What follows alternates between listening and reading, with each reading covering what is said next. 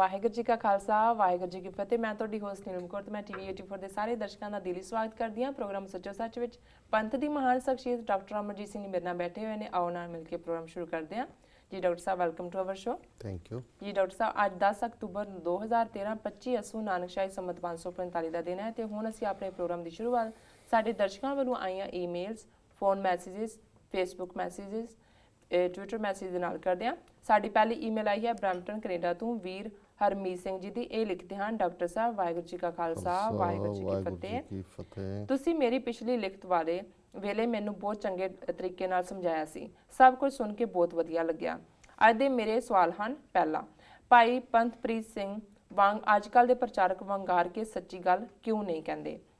ਕੀ ਤੁਹਾਨੂੰ ਲੱਗਦਾ ਹੈ ਕਿ ਸਰਦਾਰ ਸਿਮਰਨਜੀਤ ਸਿੰਘ ਮਾਨ ਜੋ ਖਾਲਿਸਤਾਨ ਦੇ ਸਪੋਰਟਰ ਹਨ, ਜੇ ਉਹਨਾਂ ਨੂੰ ਸਿੱਖ ਝੂਠ ਵੋਟਾਂ ਪਾਵੇ ਤਾਂ ਸਿੱਖ ਕੌਮ ਦਾ ਕੁਝ ਭਲਾ ਹੋ ਸਕਦਾ ਹੈ? ਉਹਨਾਂ ਦਾ ਤੀਸਰਾ ਸਵਾਲ, ਮੈਂ ਬਹੁਤ ਪਤਾ ਕਰਨ ਦੀ ਕੋਸ਼ਿਸ਼ ਕੀਤੀ ਹੈ ਪਰ ਪਤਾ ਨਹੀਂ ਲੱਗਾ ਕਿ ਸੰਤ ਭਿੰਡਰਾਂ ਵਾਲਿਆਂ ਨੇ ਅੰਮ੍ਰਿਤ ਕਿੱਥੋਂ ਛਕਿਆ ਸੀ। ਧੰਨਵਾਦ। ਵਾਹਿਗੁਰੂ ਜੀ ਕਾ ਖਾਲਸਾ ਵਾਹਿਗੁਰੂ ਜੀ ਕੀ ਫਤਿਹ। ਜੀ ਡਾਕਟਰ ਸਾਹਿਬ। ਵੀਰ ਹਰਮੀਤ ਸਿੰਘ ਜੀ ਦਾ ਬਹੁਤ ਬਹੁਤ ਧੰਨਵਾਦ। ਉਹਨਾਂ ਨੇ ਸਾਨੂੰ ਬ੍ਰੈਂਪਟਨ ਕੈਨੇਡਾ ਤੋਂ ਲਿਖਿਆ ਜੀ। ਉਹਨਾਂ ਨੇ ਪਹਿਲਾਂ ਈਮੇਲ ਲਿਖੀ, ਸਾਡੇ ਵੱਲੋਂ ਦਿੱਤਾ ਜਵਾਬ ਉਹਨਾਂ ਨੂੰ ਚੰਗਾ ਲੱਗਾ। ਉਹਨਾਂ ਨੂੰ ਉਹਨਾਂ ਦੇ ਸਵਾਲਾਂ ਦਾ ਜਵਾਬ ਮਿਲਿਆ, ਉਹਨਾਂ ਦੇ ਸ਼ੰਕੇ ਨਿਵਰਤ ਹੋਏ। ਸਾਨੂੰ ਇਸ ਗੱਲ ਦੀ ਖੁਸ਼ੀ ਹੈ ਕਿ ਉਹਨਾਂ ਦੇ ਸਵਾਲਾਂ ਦਾ ਅਸੀਂ ਉਹਨਾਂ ਦੀ ਤਸੱਲੀ ਮੁਤਾਬਕ ਜਵਾਬ ਦੇ ਸਕੇ ਜੀ। ਅੱਜ ਦੀ ਲਿਖਤ ਵਿੱਚ ਉਹਨਾਂ ਨੇ 3 ਸਵਾਲ ਕੀਤੇ ਨੇ।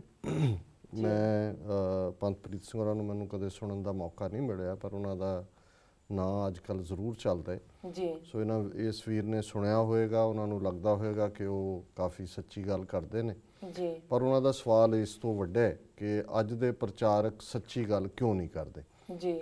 ਦੇਖੋ, ਇਹੀ ਮੈਂ ਸਮਝਦਾ ਹਾਂ ਵੀ ਅੱਜ ਦੀ ਸਾਡੀ ਤਰਾਸਦੀ ਵੀ ਹੈ ਵੀ ਇੱਕ ਪਾਸੇ ਤਾਂ ਹਕੂਮਤ ਜਿਸ ਦਾ ਪੂਰਾ ਜ਼ੋਰ ਲੱਗਾ ਹੋਇਆ ਹੈ ਝੂਠਾ ਪ੍ਰਚਾਰ, ਗਲਤ ਪ੍ਰਚਾਰ, ਉਹਨਾਂ ਨੇ ਗ੍ਰੰਥ ਤੇ ਪੰਥ ਜਿਹੜੇ ਸਿੱਖੀ ਦੇ 2 ਪਿੱਲਰ ਨੇ ਜੀ, ਉਹਨਾਂ ਨੂੰ ਨੁਕਸਾਨ ਪਹੁੰਚਾਉਣ ਦੇ ਲਈ, ਗੁਰੂ ਗ੍ਰੰਥ ਸਾਹਿਬ ਤੋਂ ਸਾਨੂੰ ਤੋੜਨ ਦੇ ਲਈ ਇਹ ਜਾਲੀ ਗੁਰੂਡਮ ਸ਼ੁਰੂ ਕੀਤਾ ਜੀ। ਜਿਸ ਸ਼੍ਰੇਣੀ 'ਚ ਸਾਰੇ ਆ ਜਾਂਦੇ ਨੇ, ਰਾਧਾ ਸਵਾਮੀ, ਨਰਕਤਾਰੀ, ਆਸ਼ੂਤੋਸ਼, ਸੌਦਾ ਸਾਧ, ਮੀਣੇ, ਧੀਰ ਮਲੀਏ, ਰਾਮ ਰਾਈਏ, ਬੀਤੇ ਦੇ, ਅੱਜ ਦੇ। ਔਰ ਇਹ ਪੂਰੇ ਜ਼ੋਰ ਸ਼ੋਰ ਨਾਲ ਇਹਨਾਂ ਨੇ ਸਿੱਖੀ ਦੇ ਉੱਤੇ ਧਾਵਾ ਬੋਲਿਆ ਹੋਇਆ ਜੀ।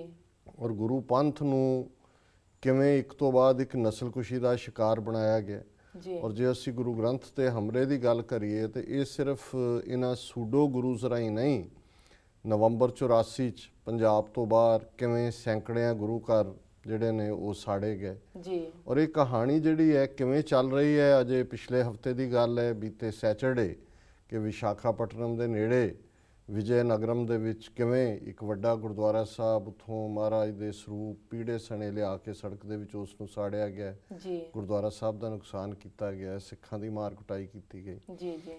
ਹੁਣ ਜਿਹੜੀ ਸਿੱਖਾਂ ਦੀ ਮੁੱਖ ਸਿਆਸੀ ਧਿਰ ਹੈ ਅਕਾਲੀ ਦਲ, ਜਿਸ ਨੇ 1920 'ਚ ਬੜਾ ਸ਼ਾਨਦਾਰ ਇਤਿਹਾਸ ਰਚਿਆ, ਮਹੰਤਾਂ ਤੋਂ ਗੁਰਦੁਆਰੇ ਲਏ, ਪੰਥ ਦੀ ਆਵਾਜ਼ ਹੋਣ ਦਾ ਦਾਅਵਾ ਕੀਤਾ ਹੈ ਜੀ। ਉਹਨਾਂ ਦੀ ਕਾਲ ਤੇ ਹਮੇਸ਼ਾ ਪੰਥ ਨੇ, ਜੇ ਗ੍ਰਿਫਤਾਰੀਆਂ ਦੇ ਲਈ ਉਹਨਾਂ ਨੇ ਕਿਹਾ ਤੇ ਹਜ਼ਾਰਾਂ ਲੱਖਾਂ ਦੀ ਗਿਣਤੀ 'ਚ ਸਿੱਖ ਆਏ ਜੀ ਜੀ। ਔਰ ਬਹੁਤ ਸਾਰੇ ਜੇ ਉਹਨਾਂ ਨੇ ਵੋਟਾਂ ਮੰਗੀਆਂ ਸਿੱਖਾਂ ਤੋਂ, ਪੰਥ ਤੋਂ, ਤੇ ਉਹ ਉਮੀਦਵਾਰ ਦੀ ਸਿੱਖ ਪਰਵਾਹ ਨਹੀਂ ਸੀ ਕਰਦੇ। ਸਾਡੀ ਪੁਰਾਣੀ ਜਨਰੇਸ਼ਨ ਅੱਜ ਵੀ ਹੁੰਦਾ ਸੀ ਜੀ ਅਸੀਂ ਵੋਟ ਪੰਥ ਨੂੰ ਪਾਉਣੀ ਹੈ ਜੀ। ਤੇ ਕਿਉਂਕਿ ਅਕਾਲੀ ਦਲ ਦਾ ਚੋਣ ਨਿਸ਼ਾਨ ਤਕੜੀ ਸੀ ਜਾਂ ਤਕੜੀ ਹੈ ਤੇ ਤਕੜੀ ਨੂੰ ਵੋਟ ਦਾ ਮਤਲਬ ਸੀ ਕਿ ਪੰਥ ਦੀ ਵੋਟ ਹੈ ਜੀ।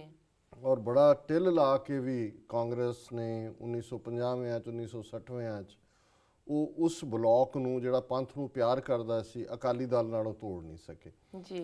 ਪਰ ਅੱਜ ਉਹ ਸਾਡੀ ਆਵਾਜ਼, ਅਕਾਲੀ ਦਲ ਕਿਸ ਰਸਤੇ ਤੇ ਤੁਰ ਨਿਕਲਿਆ ਜੀ। ਉਹੀ ਹਿੰਦੂਤਵਾ ਦੇ ਰੱਥ ਤੇ ਬਾਦਲ ਸਵਾਰ ਹੈ।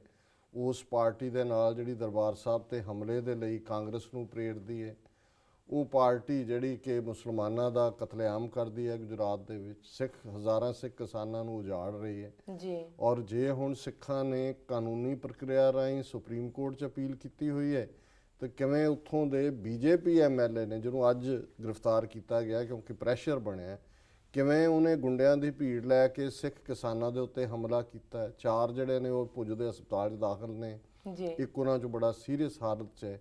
ਔਰ ਕਿਵੇਂ ਦਰਜਨਾਂ ਸਿੱਖ ਫਰੀਦਕੋਟ ਔਰ ਬਠਿੰਡੇ ਦੇ ਵਾਪਸ ਆਪਣੇ ਪਿੰਡਾਂ 'ਚ ਆ ਗਏ ਨੇ।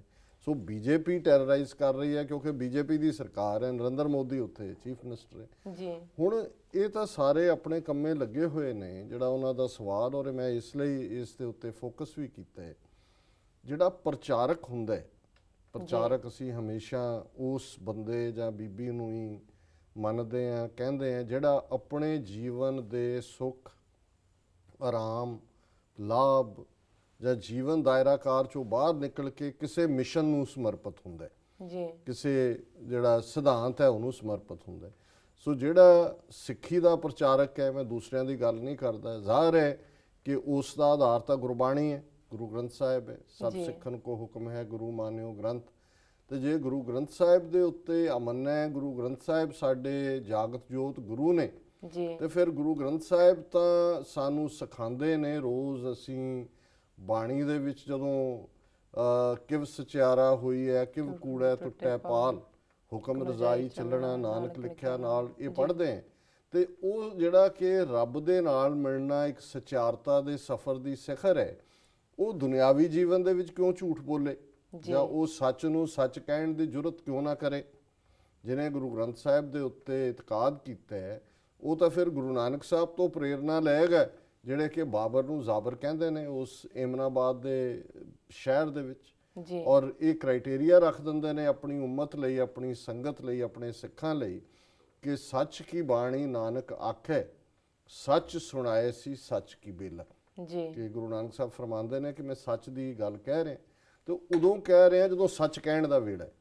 ਜਿਹੜਾ ਵੇੜਾ ਵਿਹਾ ਕੇ ਬੋਲਿਆ ਸੱਚ ਹੁੰਦਾ ਹੈ, ਉਹ ਤਾਂ ਬੇਮਤਲਬ ਹੁੰਦਾ, ਉਹਦਾ ਕੋਈ ਅਰਥ ਨਹੀਂ ਹੁੰਦਾ ਜੀ। ਔਰ ਇਹੀ ਸੱਚ ਦੀ ਕਹਾਣੀ ਹੈ। ਜਦੋਂ ਅਸੀਂ ਦੁਨੀਆ 'ਚ ਪੈਗੰਬਰਾਂ ਦੀ ਗੱਲ ਕਰਦੇ ਹਾਂ, ਉਹ ਜੀਸਸ ਹੋਏ, ਉਹ ਮਨਸੂਰ ਹੋਏ, ਉਹ ਸੁਕਰਾਤ ਹੋਏ, ਉਹ ਗੁਰੂ ਅਰਜਨ ਸਾਹਿਬ ਹੋਣ, ਗੁਰੂ ਤੇਗ ਬਹਾਦਰ ਸਾਹਿਬ ਹੋਣ, ਜਾਂ ਹਜ਼ਾਰਾਂ ਸਾਡੇ ਸ਼ਹੀਦ ਬੀਤੇ ਦੇ ਅੱਜ ਦੇ ਹੋਣ, ਉਹੀ ਨੇ ਜਿਹੜੇ ਸੱਚ ਕਹਿਣ ਦੀ ਹਿੰਮਤ ਕਰਦੇ ਨੇ ਜੀ। ਬਿਲਕੁਲ। ਨਹੀਂ ਤਾਂ ਜਦੋਂ ਇਹ ਸ਼ਰਤ ਰੱਖੀ ਜਾਂਦੀ ਸੀ ਕਿ ਭਾਈ ਜੇ ਤੁਸੀਂ ਸਿੱਖ ਨਹੀਂ ਤੇ ਤੁਹਾਡੇ ਤੇ ਫਤਵਾ ਲਾਗੂ ਨਹੀਂ ਹੁੰਦਾ, ਤੇ ਇੱਕ ਵੀ ਸਿੱਖ ਉਹਨਾਂ 'ਚੋਂ ਐਸਾ ਨਹੀਂ ਸੀ ਜਿਹੜਾ ਇਹ ਕਹੇ ਕਿ ਜੀ ਮੈਂ ਸਿੱਖ ਨਹੀਂ ਜੀ। ਹਾਲਾਂ ਉਹਨਾਂ ਕੋਲ ਚੋਇਸ ਸੀ। ਅੱਜ ਦੇ ਬੜੇ ਜਿਹੜੇ ਬੁੱਧੀਵਾਨ ਆਪਣੇ ਆਪ ਨੂੰ ਘੁਆਉਣ ਵਾਲੇ ਨੇ, ਉਹ ਅੱਜ ਵੀ ਕਹਿਣਗੇ ਕਿ ਜੀ ਉਹ ਕੀ ਸੀ, ਉੱਥੇ ਬਚ ਜਾਂਦੇ, ਜਾਨ ਬਚਾ ਲੈਂਦੇ, ਫੇਰ ਲੜਦੇ ਰਹਿੰਦੇ ਜੀ। ਪਰ ਉਹਨਾਂ ਨੇ ਤਾਂ ਜਿੱਥੇ ਇਹ ਸੀ, ਇੱਕ ਸ਼ਬਦ ਕਹਿਣ ਨਾਲ ਉਹਨਾਂ ਦੀ ਜਾਨ ਬਚ ਜਾਂਦੀ ਸੀ ਕਿ ਮੈਂ ਸਿੱਖ ਨਹੀਂ ਹੈ ਜੀ। ਲੇਕਿਨ ਉਹ ਸਿੱਖੀ ਤੇ ਖਲੋਤੇ। ਤੇ ਜੇ ਫਿਰ ਅੱਜ ਸਿੱਖੀ ਦੇ ਪ੍ਰਚਾਰਕ, ਜਿਨ੍ਹਾਂ ਦੇ ਵਿੱਚ ਸਾਡੇ ਰਾਗੀ, ਗ੍ਰੰਥੀ, ਢਾਡੀ, ਕਥਾਵਾਚਕ, ਧਾਰਮਿਕ ਜਥੇਦਾਰ ਸਾਰੇ ਸ਼ਾਮਲ ਨੇ, ਜੇ ਉਹਨਾਂ ਦਾ ਫਸਟ ਲਵ ਟਰੂਥ ਨਹੀਂ ਹੈ, ਉਹਨਾਂ ਦਾ ਫਸਟ ਲਵ ਡਾਲਰ, ਪਾਉਂਡ ਜਾਂ ਰੁਪਈ ਹੈ, ਤੇ ਫਿਰ ਜਦੋਂ ਭਾਈ ਗੁਰਦਾਸ ਕਹਿੰਦੇ ਨੇ ਕਿ ਭਾਈ ਜੇ ਵਾੜ ਖੇਤ ਨੂੰ ਖਾਣ ਲੱਗ ਜਾਏ, ਔਰ ਇੱਕ ਥਾਂ ਤੇ ਉਹਨਾਂ ਨੇ ਕਿਹਾ ਕਿ ਜਦੋਂ ਤੁਸੀਂ ਦੁਨੀਆ ਦੇ ਲਾਲਚ ਜਾਂ ਦੁਨੀਆ ਤੋਂ ਦੌੜਦੇ ਹੋ ਤੇ ਤੁਸੀਂ ਧਰਮਸਾਲ ਨੂੰ ਆਉਂਦੇ ਹੋ, ਤਾਂ ਕਿਉਂਕਿ ਪੁਰਾਤਨ ਸਮੇਂ 'ਚ ਗੁਰਦੁਆਰੇ ਦੇ ਲਈ ਸ਼ਬਦ ਧਰਮਸਾਲ ਇਸਤੇਮਾਲ ਕੀਤਾ ਜਾਂਦਾ ਸੀ ਜੀ। ਪਰ ਉਹ ਭਾਈ ਗੁਰਦਾਸ ਕਹਿੰਦੇ ਨੇ ਵੀ ਜੇ ਧਰਮਸਾਲ ਦੇ ਵਿੱਚ ਸੱਚ ਨਾ ਵਰਤੇ, ਉੱਥੇ ਸੱਚ ਨਾ ਹੋਏ, ਤੇ ਫਿਰ ਤੁਸੀਂ ਕਿੱਥੇ ਜਾਓ ਜੀ। ਤੇ ਜੇ ਬਾਕੀ ਤਾਂ ਸਿਆਸੀ, ਆਰਥਿਕ, ਦੂਜੇ ਤੀਜੇ ਲੋਕ ਝੂਠੇ, ਗੁਨਾਹਗਾਰ, ਆਪਣੇ ਹਿੱਤਾਂ ਨਾਲ ਜੁੜੇ ਹੋਏ ਨੇ, ਪਰ ਜੇ ਸਾਡੀ ਧਾਰਮਿਕ ਕਲਾਸ, ਸਾਡੀ ਰਾਗੀ, ਢਾਡੀ, ਪ੍ਰਚਾਰਕ ਕਲਾਸ ਵੀ ਸੱਚ ਨਹੀਂ ਬੋਲਦੀ ਜਾਂ ਸੱਚ ਨਹੀਂ ਬੋਲੇਗੀ, ਤਾਂ ਫਿਰ ਜੋ ਹਾਲ ਹੁੰਦਾ ਜਾਂ ਹੋ ਰਿਹਾ ਉਹ ਸਾਹਮਣੇ। ਔਰ ਮੈਂ ਸਮਝਦਾ ਵੀ ਜੇ ਇਹੀ ਕਲਾਸ ਸਿੱਧੇ ਤੌਰ ਦੇ ਉੱਤੇ ਸੱਚ ਦੀ ਗੱਲ ਹੀ ਕਰਨ ਲੱਗ ਜਾਏ, ਅਸੀਂ ਇਹ ਨਹੀਂ ਐਕਸਪੈਕਟ ਕਰਦੇ ਵੀ ਉਹ ਖਾਲਿਸਤਾਨ ਜ਼ਿੰਦਾਬਾਦ ਦੇ ਨਾਅਰੇ ਮਾਰਨ ਜੀ। ਲੇਕਿਨ ਜੇ ਸੰਗਤਾਂ ਨੂੰ ਸੱਚ ਦੱਸਣ ਕਿ ਭਾਈ ਸਾਡਾ ਵਰਤਮਾਨ ਕੀ ਹੈ, ਸਾਡਾ ਭਵਿੱਖ ਕਿੱਥੇ ਜੁੜਿਆ ਹੋਇਆ ਹੈ, ਜਿਹੜੀਆਂ ਸਾਡੀਆਂ ਰਾਜ ਕਰੇਗਾ ਖਾਲਸਾ, ਖਾਲਸਾ ਜੀ ਕੇ ਬੋਲ ਬਾਲੇ ਜੋ ਅਸੀਂ ਪੜ੍ਹਦੇ ਹਾਂ, ਇਹ ਕੋਈ ਰਸਮ ਥੋੜੀ ਹੈ ਪੜ੍ਹਨ ਦੀ ਜੀ, ਇਸ ਦੀ ਵਿਆਖਿਆ ਕਰਕੇ ਹੀ ਦੱਸਣ।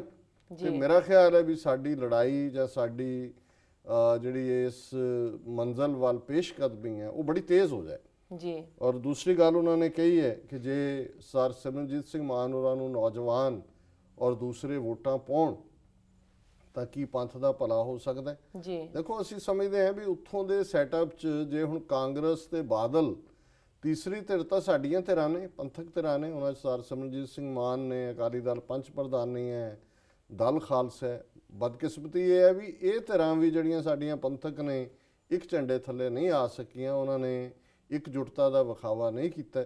ਸੋ ਮੈਂ ਸਮਝਦਾ ਹਾਂ ਵੀ ਇਹ ਵੀ ਸਾਡਾ ਯਤਨ ਹੋਣਾ ਚਾਹੀਦਾ ਹੈ ਵੀ ਇਹਨਾਂ ਨੂੰ ਦੇ ਉੱਤੇ ਅਸੀਂ ਪ੍ਰਭਾਵ ਬਣਾਈਏ ਕਿ ਇਹ ਇੱਕ ਝੰਡੇ ਥੱਲੇ ਆਣ ਪੰਥਕ ਏਕਤਾ ਨੂੰ, ਆਪਣੇ ਖਾਲਿਸਤਾਨ ਦੇ ਨਿਸ਼ਾਨੇ ਨੂੰ ਲੈ ਕੇ ਅੱਗੇ ਵਧਣ। ਔਰ ਸਿਰਫ ਉੱਥੋਂ ਦੀਆਂ ਵੋਟਾਂ ਨਹੀਂ, ਮੈਂ ਸਮਝਦਾ ਵੀ ਬਾਹਰਲੀਆਂ ਸੰਗਤਾਂ ਦਾ ਵੀ ਇਹ ਫਰਜ਼ ਬਣਦਾ ਹੈ। ਉੱਥੇ ਅੱਜ ਇਲੈਕਸ਼ਨਾਂ ਇੰਨੀਆਂ ਕਿ ਐਕਸਪੈਂਸਿਵ ਹੋ ਗਈਆਂ ਨੇ। ਆ ਪਿੱਛੇ ਪੰਚਾਇਤ ਦੀਆਂ ਚੋਣਾਂ ਪੰਜਾਬ 'ਚ ਹੋਈਆਂ ਨੇ, ਲੱਖਾਂ ਰੁਪਈਏ, ਲੱਖਾਂ ਜਿਹੜੇ ਨੇ ਆਪਣੇ ਰਿਸ਼ਤੇਦਾਰਾਂ ਨੂੰ, ਹੁਣ ਬਹੁਤ ਸਾਰੇ ਪਿੰਡਾਂ ਦੇ ਵਿੱਚ ਆਪਣੇ ਹੀ ਸ਼ਰੀਕ ਵਸੇ ਹੁੰਦੇ ਨੇ, ਉਹੀ 3-4 ਭਰਾ ਇੱਕ ਪੱਤੀ 'ਚ ਉਹ ਚਲੇ ਗਏ, ਉਹਨਾਂ ਨੇ ਵੀ ਪੈਸੇ ਲੈ ਕੇ ਵੋਟਾਂ ਪਾਈਆਂ। ਜਦੋਂ ਕਰਪਸ਼ਨ ਇਸ ਲੈਵਲ ਤੇ ਚਲੀ ਜਾਏ ਤਾਂ ਫਿਰ ਤੁਸੀਂ ਉੱਥੇ ਇਮਾਨਦਾਰੀ ਨਾਲ ਕਿਹੜੀਆਂ ਚੋਣਾਂ ਲੜੋਗੇ ਤੇ ਕਿਹੜੀਆਂ ਚੋਣਾਂ ਜਿੱਤੋਗੇ? ਸੋ ਜ਼ਾਹਰ ਹੈ ਵੀ ਇਹ ਇੱਕ ਫਰਜ਼ ਬਣਦਾ ਹੈ ਕਿ ਬਾਹਰਲੇ ਸਿੱਖ ਸੰਗਤਾਂ ਵੀ ਜਦੋਂ ਉੱਥੇ ਜਿਹੜੇ ਪੰਥ ਪ੍ਰਸਤ ਵੀਰ ਭੈਣਾਂ ਨੇ ਉਮੀਦਵਾਰ ਬਣਦੇ ਨੇ ਉਹਨਾਂ ਦੀ ਮਦਦ ਕਰਨ। ਤੀਸਰੀ ਗੱਲ ਉਹਨਾਂ ਨੇ ਇਹ ਪੁੱਛਿਆ ਕਿ ਜੀ ਪਿੰਡਾਂ ਵਾਲਿਆਂ ਨੇ ਵੀ, ਉਹ ਕਹਿੰਦੇ ਨੇ ਵੀ ਅਸੀਂ ਬਹੁਤ ਯਤਨ ਕੀਤਾ ਕਿ ਪਿੰਡਾਂ ਵਾਲਿਆਂ ਨੇ ਅੰਮ੍ਰਿਤ ਕਿੱਥੋਂ ਛਕਿਆ। ਦੇਖੋ, ਪਹਿਲੀ ਗੱਲ ਤਾਂ ਮੈਂ ਇਹ ਸਮਝਦਾ ਵੀ ਇਹ ਗੱਲ ਅਹਿਮੀਅਤ ਨਹੀਂ ਰੱਖਦੀ। ਅੰਮ੍ਰਿਤ 5 ਪਿਆਰੇ ਦਿੰਦੇ ਨੇ, ਗੁਰੂ ਦਾ ਅੰਮ੍ਰਿਤ ਹੈ ਉਹ ਅੰਮ੍ਰਿਤ। ਤੁਸੀਂ ਅਕਾਲ ਤਖਤ ਸਾਹਿਬ ਤੇ ਛਕੋ, ਅਨੰਦਪੁਰ ਸਾਹਿਬ ਛਕੋ, ਰਿਚਮੰਡ ਹਿਲ ਦੇ ਗੁਰਦੁਆਰਾ ਸਾਹਿਬ ਛਕੋ, ਜਾਂ ਵਾਸ਼ਿੰਗਟਨ DC ਦੇ ਗੁਰਦੁਆਰਾ ਸਾਹਿਬ ਛਕੋ, ਕੀ ਫਰਕ ਪੈਂਦਾ? ਸੋ ਉਹ ਅੰਮ੍ਰਿਤ 5 ਪਿਆਰੇ, ਉਹਨਾਂ 'ਚ ਗੁਰੂ ਵਸਦਾ ਹੈ, ਗੁਰੂ ਗ੍ਰੰਥ ਸਾਹਿਬ ਦੀ ਹਜ਼ੂਰੀ। ਇਸ ਲਈ ਇਹ ਕਦੇ ਵੀ, ਔਰ ਮੈਂ ਈਵਨ ਭਾਈ ਸਾਹਿਬ ਭਾਈ ਰਣਧੀਰ ਸਿੰਘ ਜੀ ਜਿਨ੍ਹਾਂ ਦੀ ਬਹੁਤ ਵੱਡੀ ਦੇਣ ਹੈ ਔਰ ਕੁਰਬਾਨੀ ਹੈ ਪੰਥ ਲਈ, ਉਹਨਾਂ ਨੇ ਆਪਣੀਆਂ ਸ਼ਾਇਦ ਜੇਲ੍ਹ ਚਿੱਠੀਆਂ ਦੇ ਵਿੱਚ ਇਹ ਲਿਖਿਆ ਕਿ ਵੀ ਇਨੀਸ਼ੀਅਲੀ ਮੈਂ ਵੀ ਸੋਚਦਾ ਸੀ ਕਿ ਜਿੱਦਾਂ ਤੋਂ ਮੈਂ 5 ਪਿਆਰੇ ਮੇਰੀ ਮਰਜ਼ੀ ਮੁਤਾਬਕ ਹੋਣ, ਜਿਵੇਂ ਇਹ ਹੁੰਦਾ ਹੈ ਕਿ ਜੀ ਕੋਈ ਕਮਾਈ ਵਾਲੇ ਗੁਰਸਿੱਖ ਜਾਂ ਦੂਜੇ, ਕਹਿੰਦੇ ਵੀ ਬਾਅਦ 'ਚ ਮੈਨੂੰ ਲੱਗਾ ਵੀ ਮੇਰੀ ਇਹ ਸੋਚ ਠੀਕ ਨਹੀਂ ਸੀ। 5 ਪਿਆਰੇ ਗੁਰੂ ਦੇ ਹੁੰਦੇ ਨੇ ਤੇ ਜਦੋਂ ਗੁਰੂ ਕੇ ਹਜ਼ੂਰ ਉਹ ਖਲੋ ਜਾਂਦੇ ਨੇ, ਉਹਨਾਂ 5 ਦੇ ਵਿੱਚ ਗੁਰੂ ਆਪ ਵਰਤਦਾ ਹੈ। ਸੋ ਮੇਰਾ ਖਿਆਲ ਹੈ ਵੀ ਜੇ ਉਹਨਾਂ ਦੇ ਸਵਾਲ ਵੱਲ ਜਾਵਾਂ ਤੇ ਜ਼ਾਹਰ ਹੈ, ਕਿਉਂਕਿ ਉਹ ਬਚਪਨ ਦੇ ਵਿੱਚ ਹੀ ਟਕਸਾਲ ਦੇ ਵਿੱਚ ਆਏ, ਉਹਨਾਂ ਦੇ ਪਿਤਾ ਬਾਬਾ ਜੋਗਿੰਦਰ ਸਿੰਘ ਹੋਰਾਂ ਤੋਂ ਜਿਹੜਾ ਹੈ ਉਹਨਾਂ ਦੇ ਸ਼ਾਇਦ ਗਿਆਨੀ ਗੁਰਬਚਨ ਸਿੰਘ ਜੀ ਨੇ ਜਾਂ ਸੰਤ ਕਰਤਾਰ ਸਿੰਘ ਜੀ ਨੇ ਉਹਨਾਂ ਦੀ ਮੰਗ ਕੀਤੀ।